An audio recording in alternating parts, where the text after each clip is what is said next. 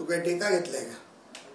कोण निवडून यायचं आणि कोणाला पाडायचं त्याचं एवढी हिंमत आहे तर राजकारणात ये, लढव निवडणूक, कर उभे 288.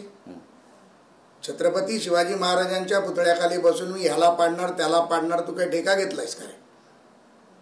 माझं म्हणणं एकच आहे, जरांगे पाटलांनी त्यांचं आंदोलन सोडून इतर गोष्टीत लक्ष देऊ नये.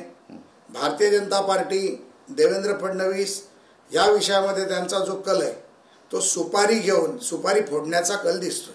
आतापर्यंत कोणी मराठ्यांनी त्याला विचारलं नव्हतं मी पाडून टाकतो मी गाडून टाकतो, याच भाषा त्यांनी केल्या. त्यामुळे आता त्याच्या रोज प्रश्नाचं रोज उत्तर आम्ही देऊ आणि रोज त्याला प्रश्न विचारू. माझं एकच प्रश्न पुन्हा मनोज जरांगे पाटला नाही, देवेंद्र फडणवीसचं चुकलं कुठे ते येऊन चर्चा करावी. आरक्षण दिलं हे चुकलं का?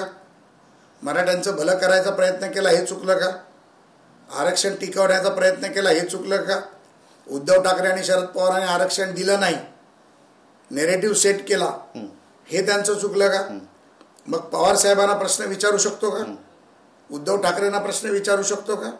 काँग्रेस पक्षाच्या नेतृत्वाला प्रश्न विचारू शकतो का? कशासाठी देवेंद्र फडणवीसच्या मागे लागले? आता कुठेतरी लोकांचं लक्ष वितरित करायचं. मी फक्त फडणवीसांवर बोलत नाही तर आता उद्धव ठाकरेंवर पण बोलतो.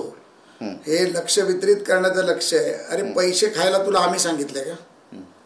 ज्यांनी तक्रार केली ती 2013चं प्रकरण आहे. त्याची तक्रार किती साली झाली ते पहा, पैसे तू कधी खाल्लेस ते पहा, लोकांचे खाल्लेले पैसे परत दे, लोक तक्रार मागे घेतील. अटक वॉरंट होतो हा न्यायालयाचा होतो, आता त्याला न्यायालयही मान्य नाही का?